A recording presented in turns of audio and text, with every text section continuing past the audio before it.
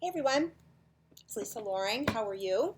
I'm going to do the reading a little bit earlier than I've been doing them. I'll still probably post it later, but regardless, I wanted to check in on the energy. I'd like to do a reading on tomorrow, Sunday. Today's Sunday. Oh my God, I'm so bad with the calendar. I think we all are though still. Monday, May 31st, last day of the month. Um, I'm doing it here on Sunday, so um, it might be the energy for the week too. We'll see. I have a tendency. I've noticed that sometimes when I do a reading on Sunday, it tends to be an overriding theme for the week. Kind of like we've seen, the reading has been very applicable. There's been a thematic thread running through the several days, connecting one day to the next. Um, which isn't to say that we shouldn't be present, right? Or actually, it's more. I think that's actually a validation on being present. Not that we needed one, but being present, knowing that energy, although the moment is the moment, and whatever's happening in the moment is very important to pay attention to, and to it's vital to stay present to what is going on right in front of you in order to do the next moment better. That's kind of what I always say for those of you who know me. But and that is how the future is connected to the present. And of course, what is past is past.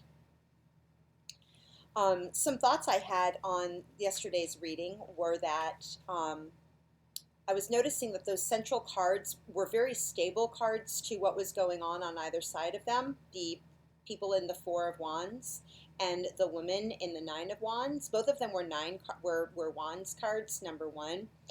And they were really, kind of staying focused on what it was that was in front of them, whilst casual, like in a curious way, because both the hangman is kind of curiously hanging upside down, like flipping things upside down, and then the woman in the mermaid in the Four of Cups was kind of contemplatively looking at what was going on around her. But although she was ignoring the fact that there were three cups right behind her that were empty, and if she just dipped them in the water, wow, then she's going to have four full cups. That's kind of cool, right? And have to share with friends. And then, of course, that couple in the Four of Wands, they were looking very intently at one another, and I was struck by, I couldn't quite decide whether, they were either coming into a stable situation or whether they were maybe going on an adventure. Given the way the reading was going, I kind of felt like they were going on an adventure. He was putting her on the horse, and he's like, hey, baby, let's go do something new. And the information from the Page of Swords and the Justice card suggested that there was a river running through that, suggested that they were going on a little bit of an adventure, and it would be fine. And to pay attention to the new information coming in order, although it may not be something they could be felt very sure of and maybe really conflict with their kind of stable situation, they were going somewhere anyway. But the surety of the Justice card and the surety of the way that woman in the Nine of Wands was hanging out, I loved that. And it felt, and then of course the Fool card was what opened up the reading. That no matter what, they were going somewhere, but they had what they needed to get where they were going. But yes, pay attention as you go along. Pay attention to being present, being in that witness perspective. Again, there's those dragons. So let's see what the reading offers us for tomorrow, Monday, May 31st. I'll keep working with the, what's the deck? Crystal Visions. There you go. Do have the box with the Crystal Visions deck. Jennifer Galasso, I think is her name. Jennifer Galasso. Thank you for such a beautiful deck, Jennifer. I know it has been brought guidance, and it's a beautiful artistry, wonderful sharing. So I ask the universe and all my guides to share with me, help me share and read through these beautiful images, a message for you to have the most fun and to go on your adventure.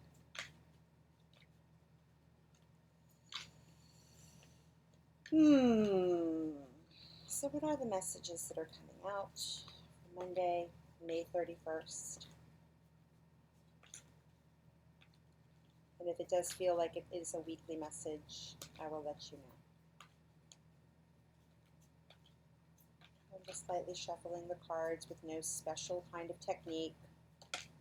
And we have one card flipping already, the Queen of Pentacles. How nice.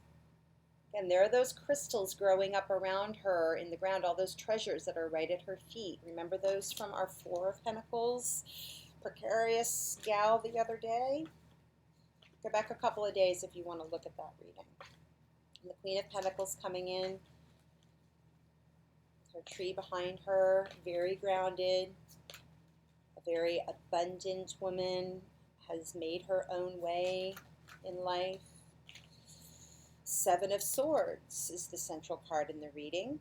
Again, those crows are featured in the swords deck, the swords suit in this deck. Those were, in the Page of Swords yesterday as well. Crows are things, they're caw, caw, caw, like they're trying to get you to pay attention to something, right? Some messages that are thoughts. They may be repetitive thoughts, which is something we're trying to pull out of with this Mercury retrograde that we're in the suit of the sign of Gemini. So the Seven of Swords, usually a card of theft, and I'm just talking about that. Our thoughts can usually steal our time if we get into that repetitive thinking, right? Steal our time, steal our precious, our ability to be productive with our day, to move forward in a way that feels good for us in life, that feels solid. Sometimes it's imaginary clouds that are there and not real ones. Fear tends to make us do, steal things, be very petty. I shouldn't say stealing. It's a part of pettiness. I'm feeling a pettiness with our thoughts, small-minded kind of, behavior. We have a final card. What is a final card that we can work with? I'd like one more card for Monday, May 31st. What's the final card for Monday, May 31st to join the cards that we've already had tonight?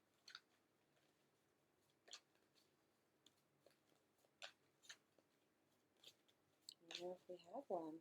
And yesterday we had a bunch. Today, there we go. Seven of Cups. Ooh, this one kind of came just.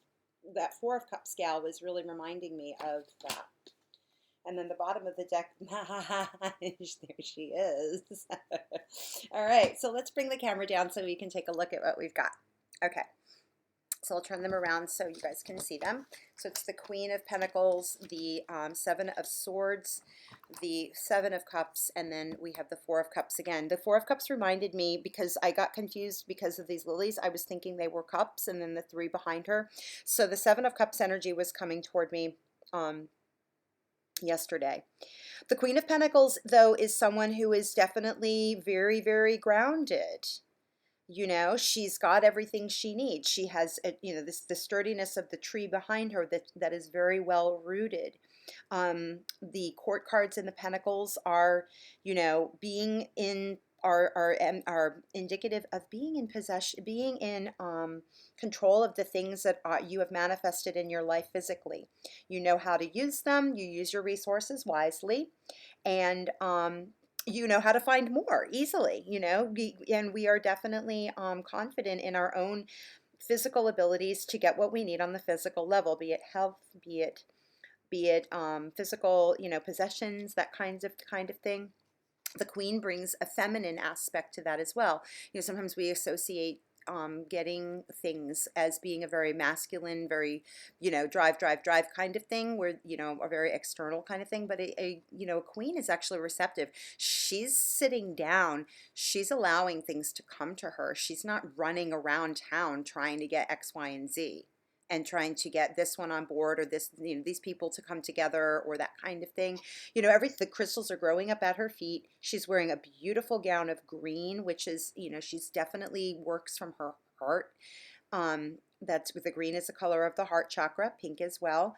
But you know, she's working with her heart, and she's got a beautiful sash of orange, and that orange is also, you know, coming through her gown as well. A little bit of a um, is it a, I was going to say it looks like a snake. Interesting.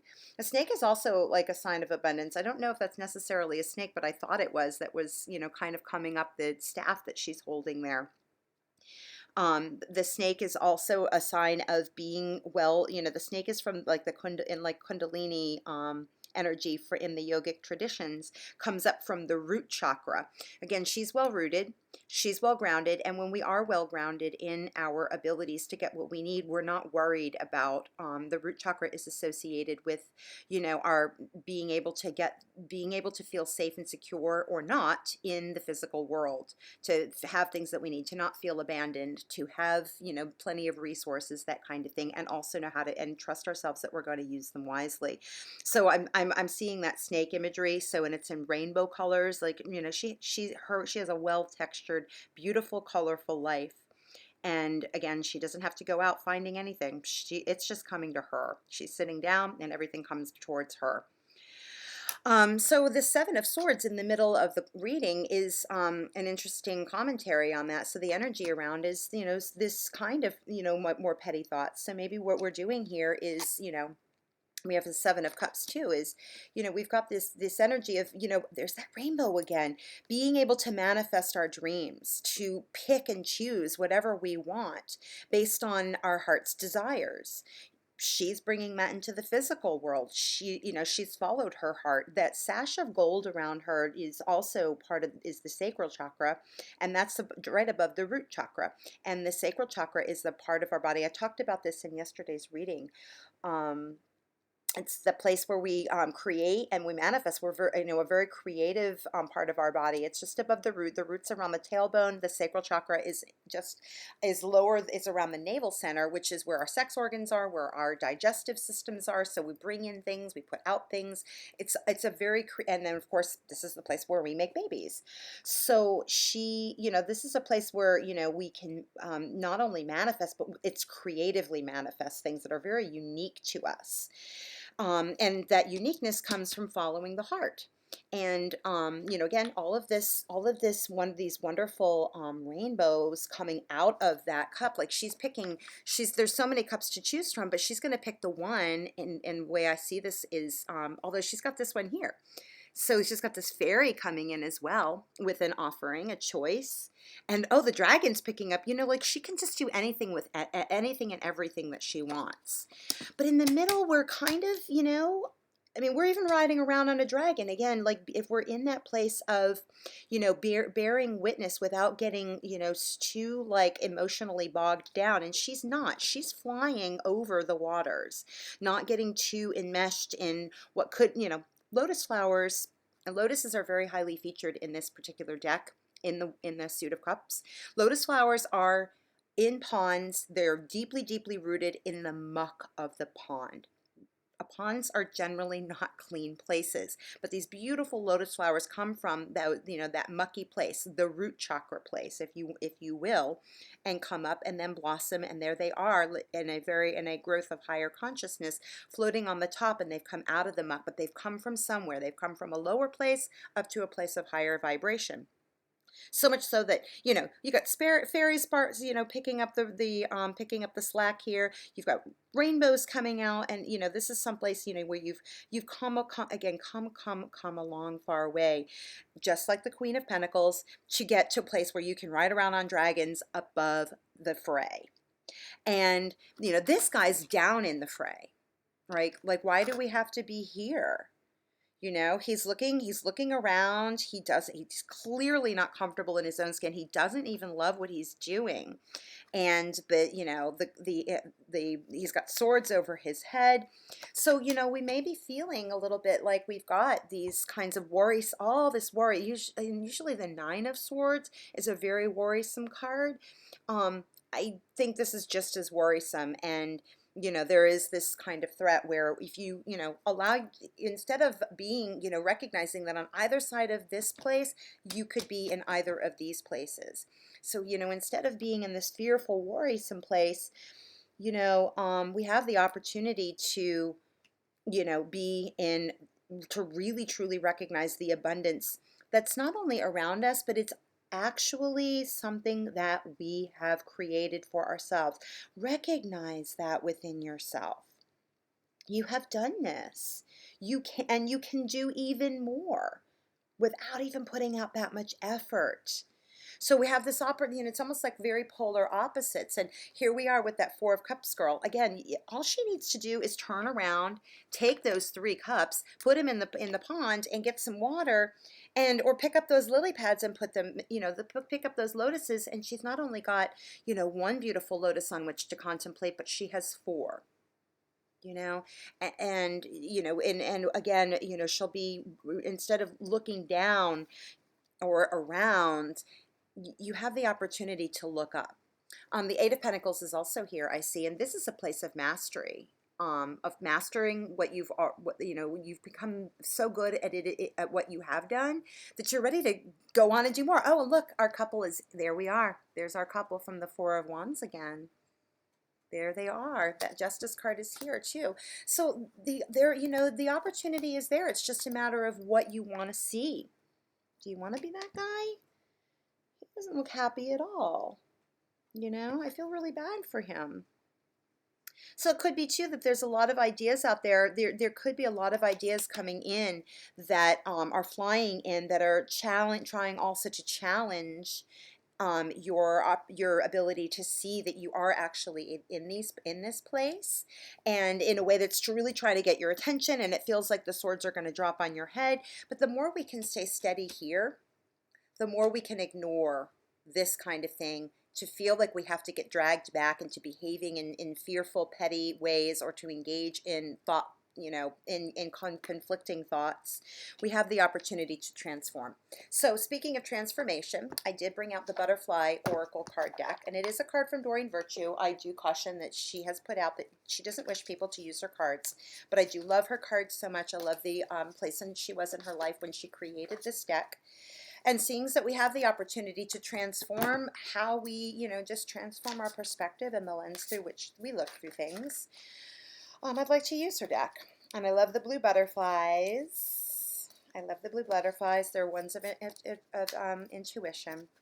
What do the butterflies have to say on, it's butterfly oracle cards for life changes. So if you feel like you are in this place of being pulled back and forth, of changing your mindset, and that's really all it is with this Mercury retrograde. We're looking to change our mindset and change it for good, and we have that opportunity. I love that, and we're really super well supported.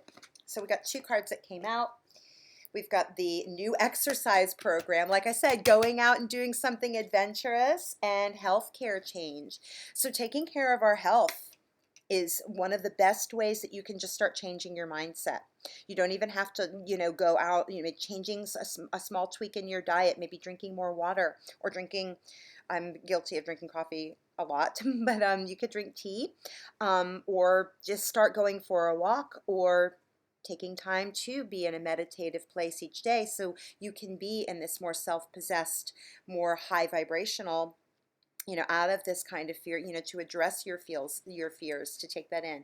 I love that you've got the colors of the purple here and the colors of the orange. So the more we access that intuitive, higher mind, that's that the purple is the color of the third eye chakra. They're in working with your meditation practices, yoga practices, going for a walk, taking that time to be still, even if it's for only 15 minutes, can start to make the kind of healthcare changes that are really important for us to start to shift away from being in a fear-based, in those old stagnant kinds of ways. We're definitely being asked to come away, not only mentally but physically, into a new way of being. Physically into abundance, recognize and just changing and it just a little exercise, a little change in diet can really clear up our perspective. So I'm going to leave it with that. And I thank you for joining me. So I felt like this is definitely something as we go into June. This could be something that we could kind of do. So it might even be kind of a monthly reading. We'll see what the themes are. But I definitely start just with one day, 1 minute, and then that leads to the next minute. I love you, and thanks again for joining me.